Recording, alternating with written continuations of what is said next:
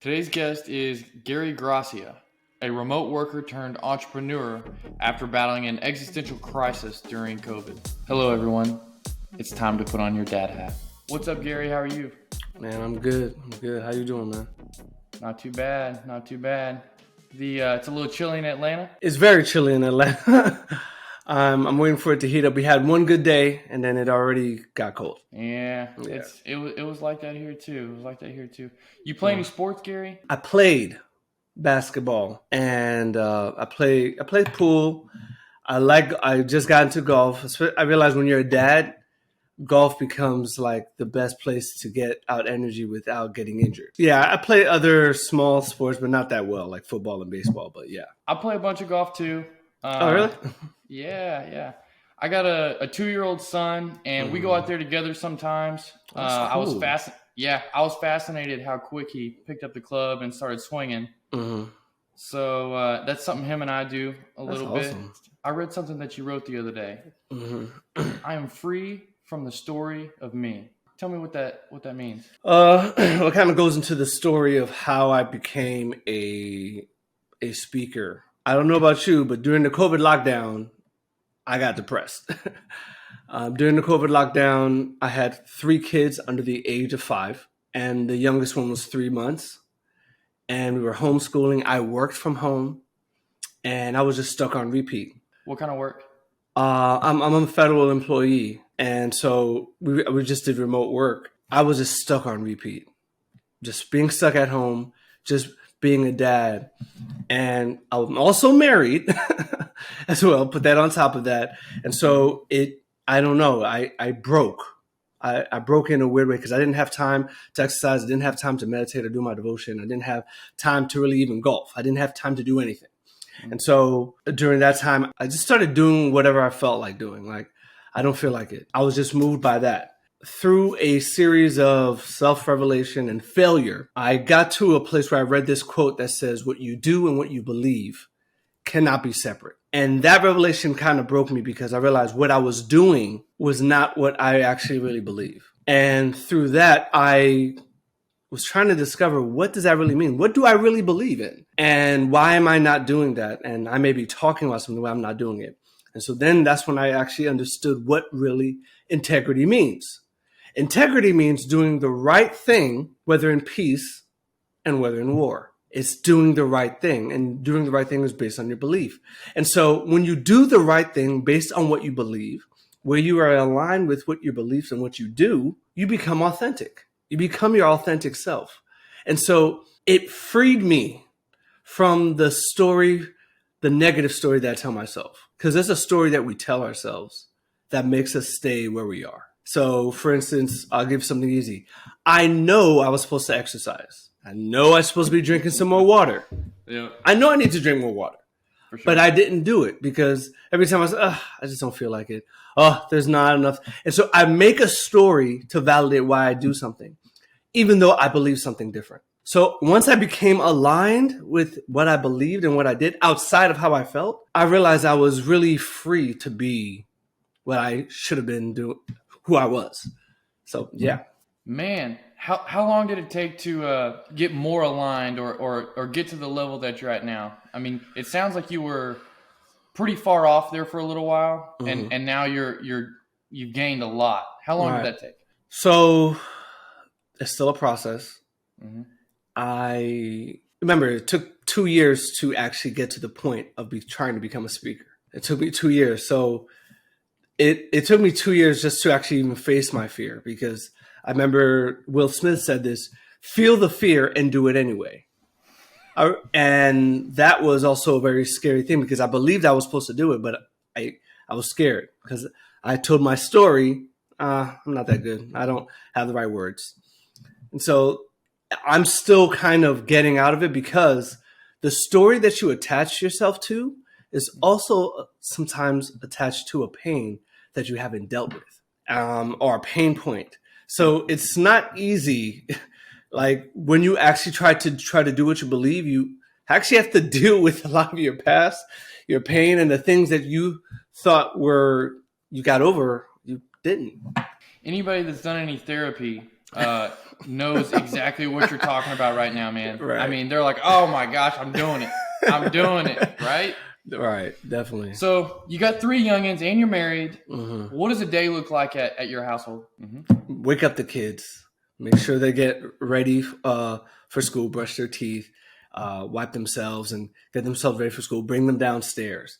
Make sure that they eat, get their vitamins, brush brush their hair and all this different stuff.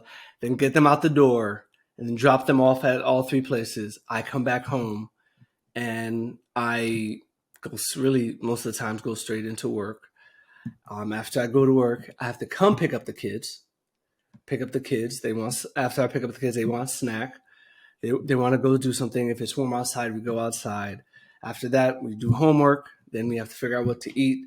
Then we have 30 minutes if my wife and I don't have a discussion, that pivotal time where we have this discussion. Hopefully we don't get in a discussion, and we have family time.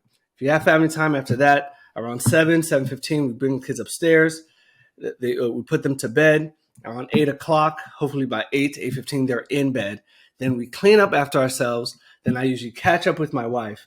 And then within, I should be trying to be in bed by 10:30. Hopefully there's not a game or something that I didn't watch that I'm trying to catch up on.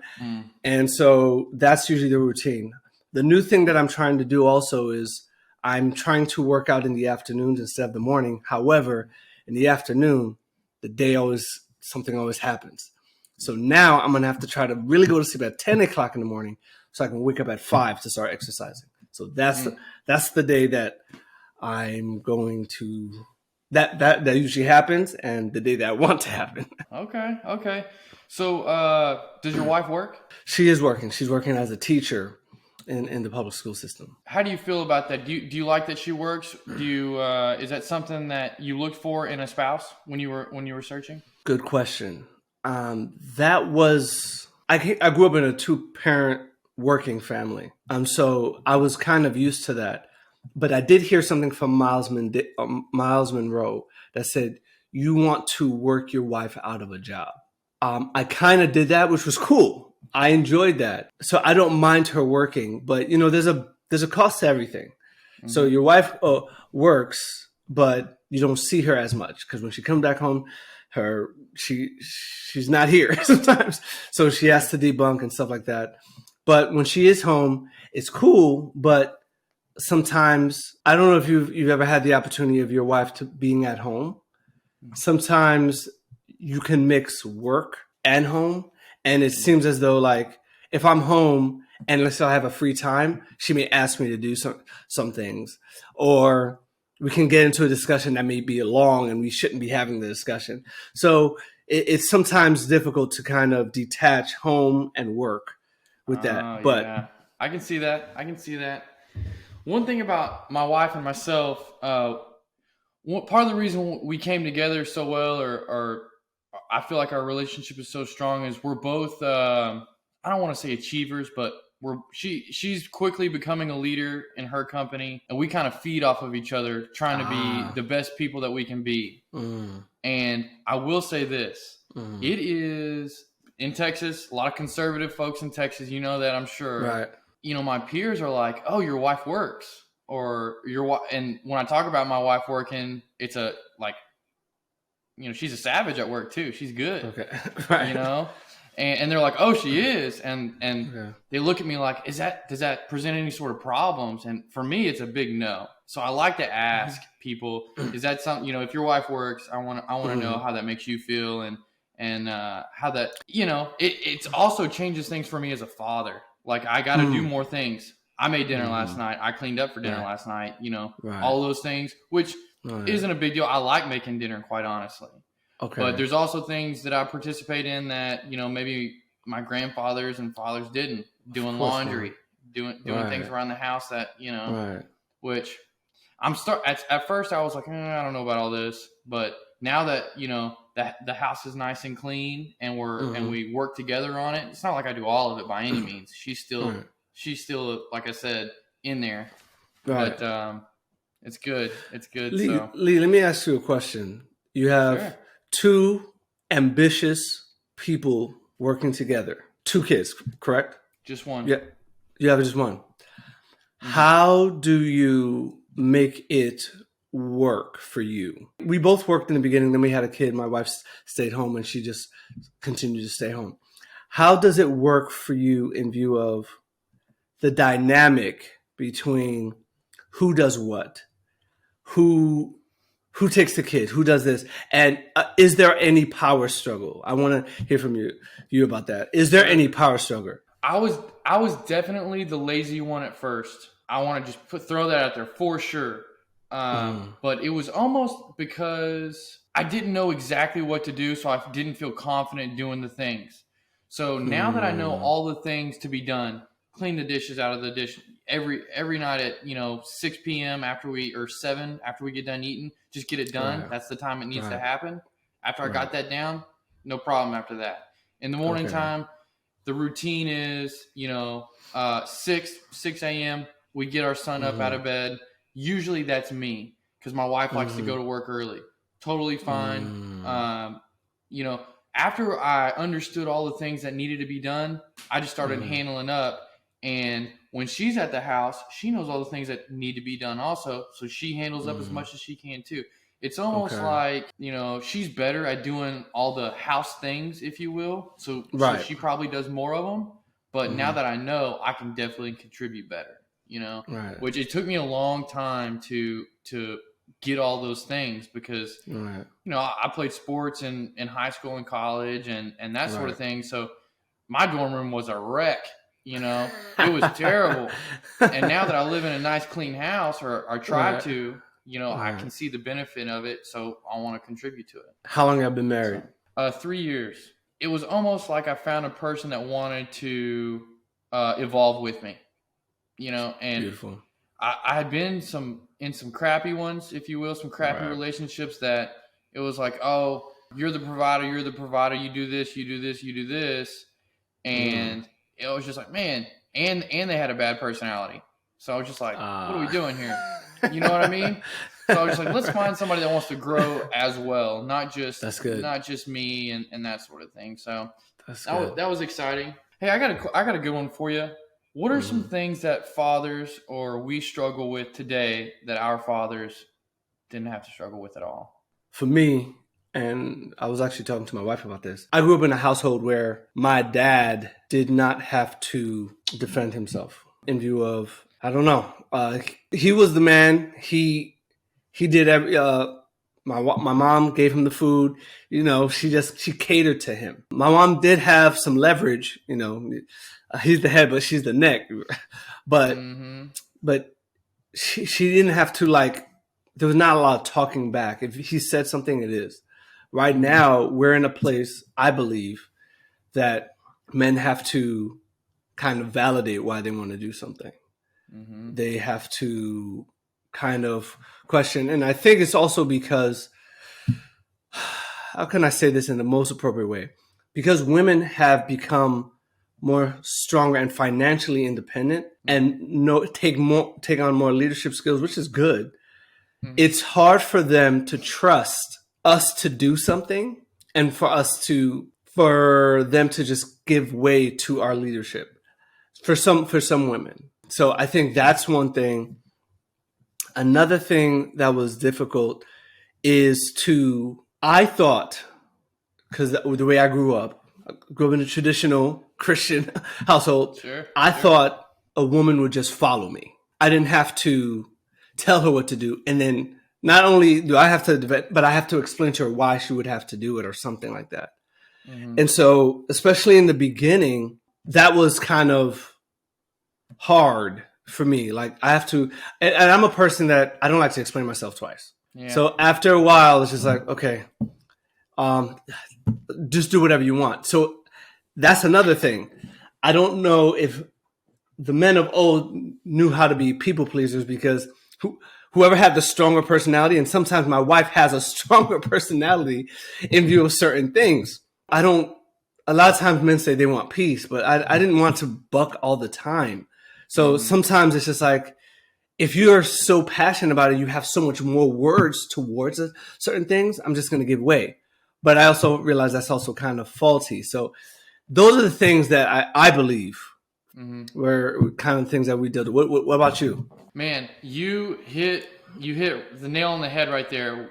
Me and my wife have been going through this dynamic, very similar to the story you just spoke about. On on the one hand, my wife wants me to be decisive. I Mm-hmm. can because just like you said, I fall into the category of being a people pleaser sometimes too, Mm-hmm. and I also fall into the category of just being like, yeah, whatever you want. You know what I Right. mean? Right. And that's not good. That's After not a while, it's like, oh no, she wants your input. But right. then when you give it to her, we have to have a discussion about, so it's Right. like, oh man, we're having this dance right now. We're getting better at the dance though. That's the thing. I Right. think you have to get better at that dance. You have to get Right? better at the dance. Mm-hmm. I realized, so I'm an executor Mm-hmm. and I'm also a problem solver. Give me something and I'll give it to you. Mm-hmm. The problem is my wife, and maybe you could say most women, want details. Oh yeah. They want the finer details. So that's why they're asking 50,000 questions. So I'm saying, Yeah. yeah, we're going to do it. La, la, la. I said, but what about this? I'm like, we're going to figure it. And so I have to realize if she wants a question, if she's asked me a question, sometimes I have to ask her more questions to really fill out what she really wants. Because sometimes the first question is just a buffer, just to see. But then there's Mm-hmm. other questions. So for Sure. me, I have to make sure that I'm asking the right questions to know what do you really want to know, so that we can minimize these questions and that you'll feel comfortable to believe in the decision that I made and the reason why. Yeah. But still, it's a dance. It's definitely a dance. Yeah, it's a dance. All right. So, do any of your kids play sports yet? Put them in soccer. Put my son in soccer. My daughter is in ballet, and I think I'm still trying to figure out which ones they like. He likes soccer. I'm about to try to put him in karate. Mm-hmm. In basketball, when the basketball season starts, I'll probably put him in there. But we're still trying to figure out which one is he good at. And for her, it's ballet Sure. and gymnastics. I have to just put her in that. Yeah. I should have said extracurriculars because I shouldn't have assumed sports, but you know what I meant. Right. But that's cool. So, what's the soccer experience like? You said maybe it's not. You're still trying to figure out what he likes and what he doesn't. Yeah, What's soccer like? the soccer experience was good. Every Mm-hmm. Sunday we went there. He liked it. He's very hard on himself. Mm, He's very hard on himself. So when he doesn't score or he's not doing it, he's not good. But we try to encourage him to continue to do it. It's fun. mm-hmm. It's good for him to get out there. And it's good for him to have some type of. He needs to know how to deal with people and competition and conflict, because he's a little sensitive right now. And it's cool. We're all sensitive, but he also needs to learn how to work in a group and stuff like that. So I want to put him in more activities. And when the school year starts bringing in more of those activities, I want to put him in those things. But I'm also trying to figure out which one should I invest in, because where I want to say, okay, this is what you want to do. I'm going to put you in an outside league. And yeah, so I want to see if he has that kind of drive and motivation, because my daughter, she's always doing cartwheels because she loves it. And she Yeah. won't stop. Like she's climbing up everything. She's breaking the house down. So, yeah. So, yeah. Yeah. I think a technique that I'm going to try to deploy with my son is just maybe help him be a guide. I want to be his guide. If he needs help doing something, I want to be there for him. But I don't want to force him to do anything. I think that, a lot of people are so afraid of being forceful, or dads these days are afraid to be forceful. That's a dance also. That's the dance. You definitely can't, overdo it, because then, your kid's going to rebel and probably dislike you a little bit, right? Here in about 15 years, 12 years. But if you don't, push him a little bit to do something, Right. then it'll be tough for him to evolve by himself. Right. So That's true. I really think that that's a dance as well. So what are some of the techniques and strategies that you deploy to further your kids' evolution In view of sports? As people, I think that for me, the two pillars are unconditional love and discipline. Right. Those are the two big ones that I've read in books and that I Mm-hmm. feel are working for me. Mm-hmm. At the moment. Right. So yeah, what do you think about that? And what are some of the strategies you use? I also have a unique kid. My son also has ADHD, Mm. and How old? he's 8 now. Okay. But it was hard to one kind of connect with him because he just had that energy. He has that ball of energy just running and running and running. And so I had to evolve as a person before I can really help him. Because I had to have the patience to kind of talk to him. Number one. I also had to really see and try to make sure that I understand what he's going through. Once again, I come from a traditional family. Stop. Don't do that.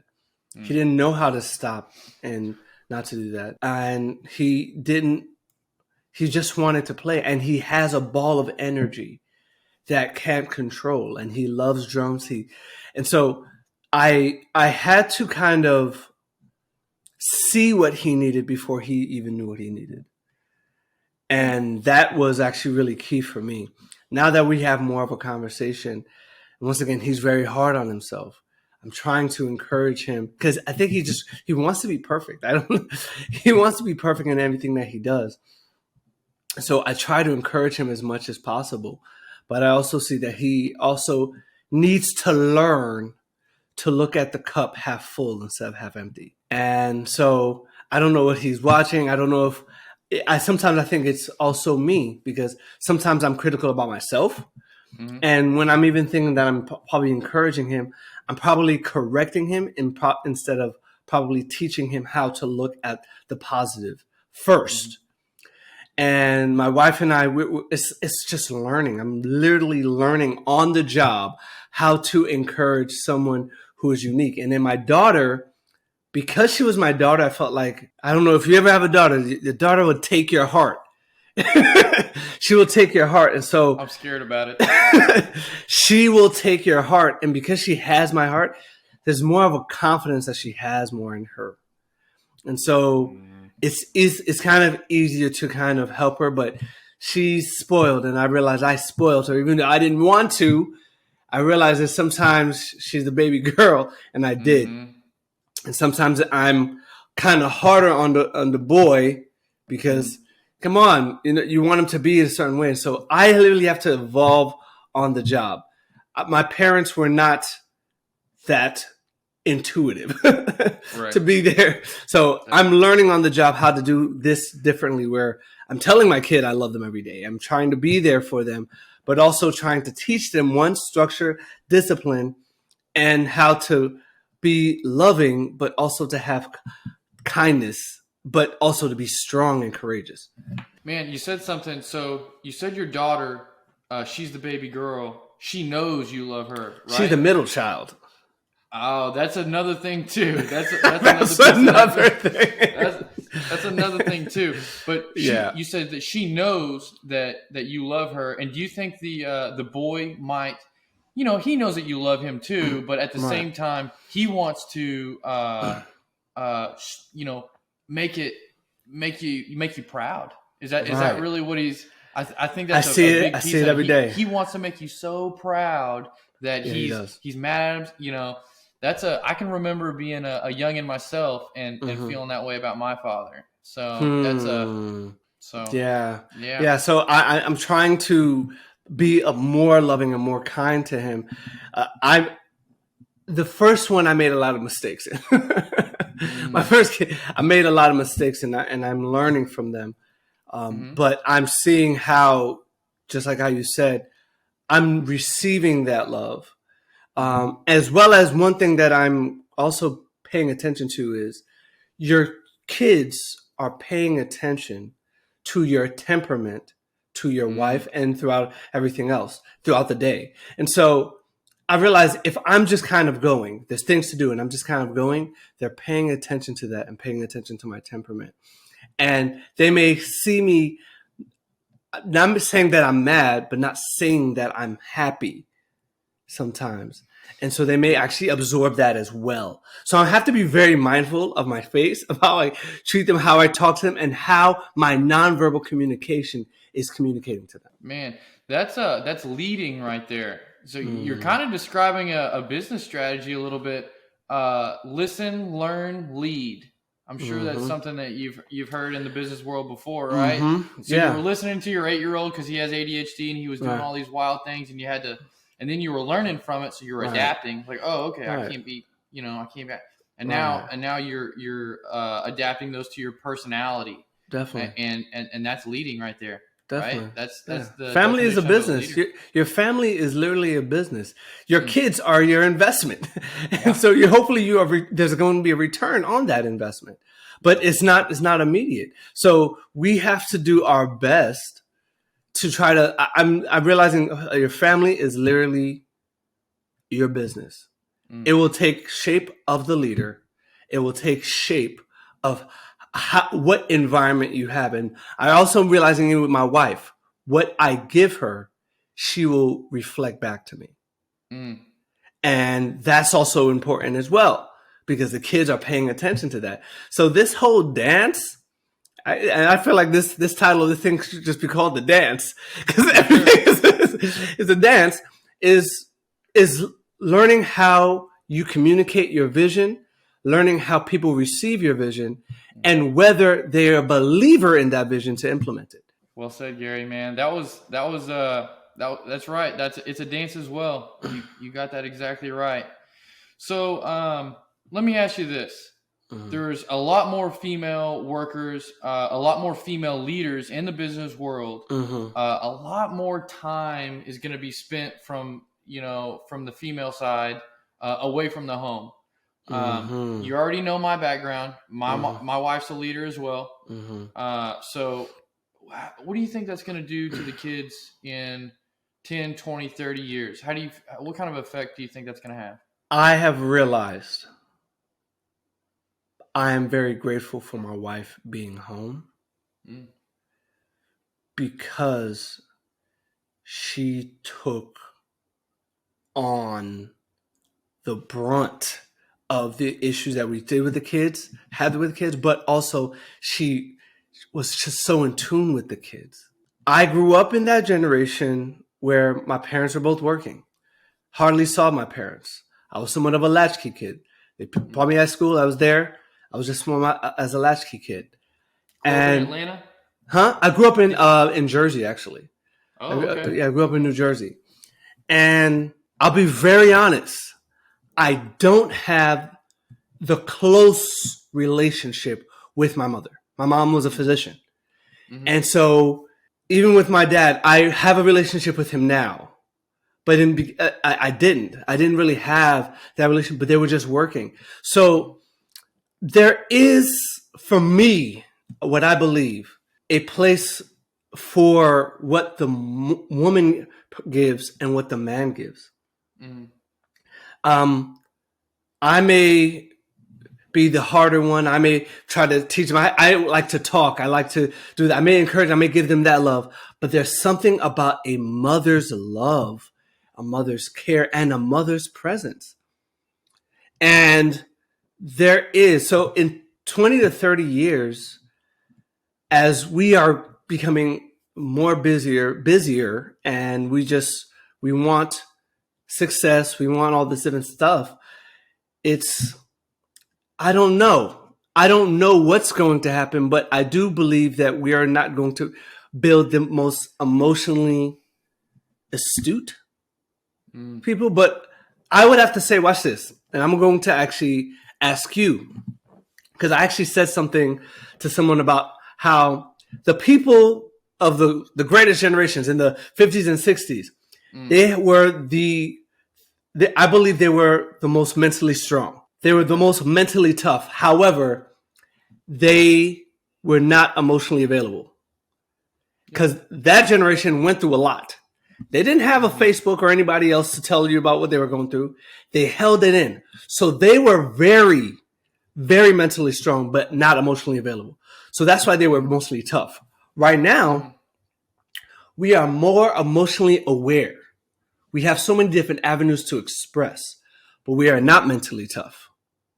Mm-hmm. We don't have that edge that the older generation had.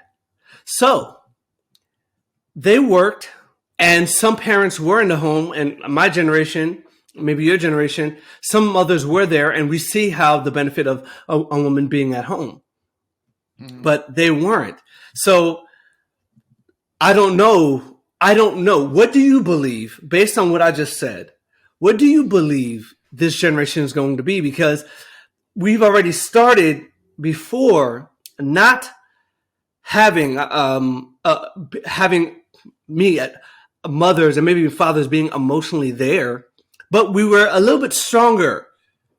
You can see the TikToks about how we handled things in the 80s and the 90s and the 2000s. But now we're more emotionally sensitive and more aware of our emotions and able to express our emotions, and we need to, but we don't have the mental toughness. Like, what do you believe? I don't know.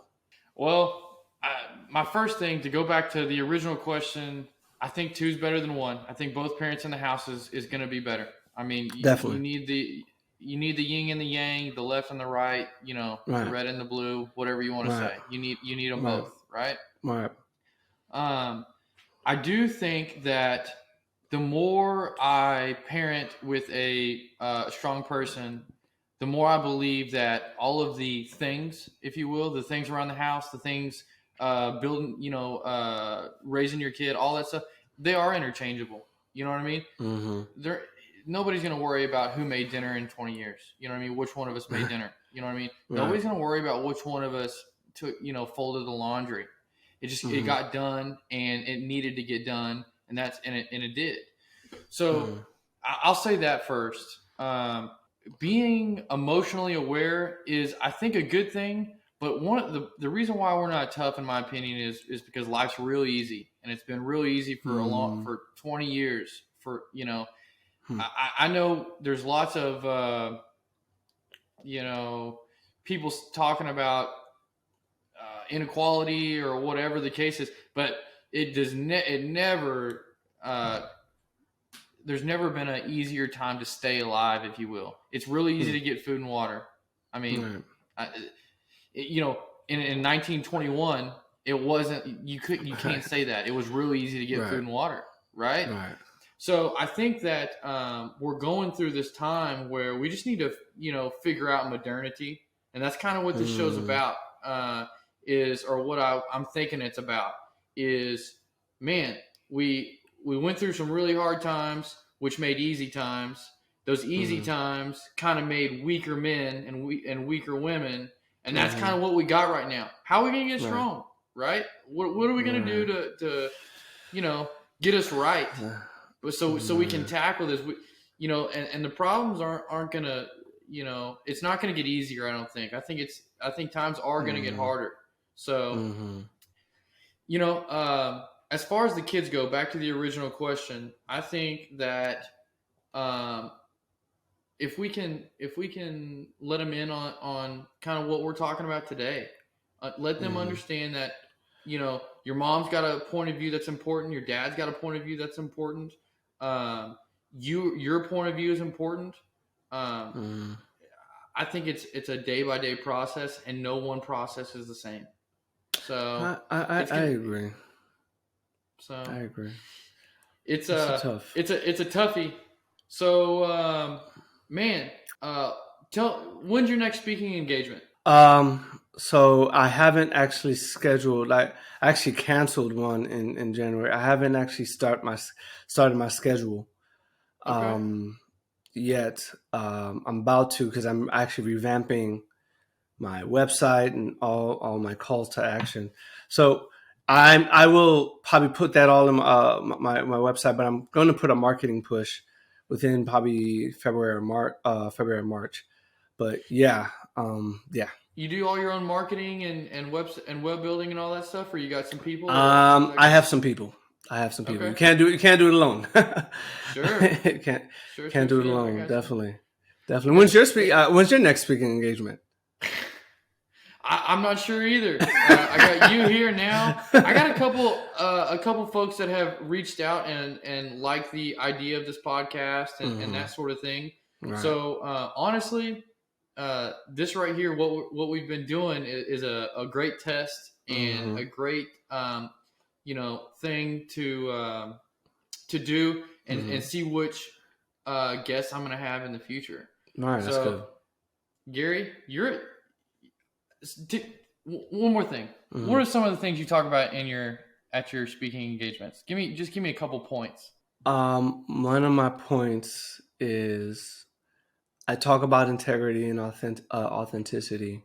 But one of the things I really talk is about learning how to embrace silence.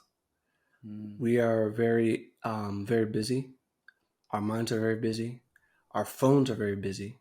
Our kids need us to be healthy to actually produce healthy kids. But before we can actually be healthy, we have to really kind of silence the noise so that we can really know what is true and what is just what we feel at the moment, because our feelings change. And when we don't have a moment to really silence the noise, get to a quiet place, and to kind of figure out what is actually true in our lives, instead of what we think is true. And we're getting so much advice. And if we have an issue right now, we go to Google. We just flood ourselves with information. We can really self-deceive ourselves and go down a path that we don't even really want to do. So instead of being busy, we need to know what it really means to be silent so that we can know what is really going on in ourselves. So that's one of the things I talk about. Staying silent to find the truth. Man, I can relate to that. That is really looking inward was the reason why I started this podcast. What do I love doing? I love having a conversation. I love trying to gain understanding, and I love giving it too. You know what I mean? I like to let everybody know what I've learned. Right. So, man, that hits home for sure. That is awesome. So I appreciate that, Gary. You've been a great guest. I think that we should do this again soon. Definitely. I wanna see how you evolved as a dad, as a husband, as an entrepreneur, as everything. I can't wait to see the evolution of Lee. That'd be great. Thank you, sir. You have a good one. Always.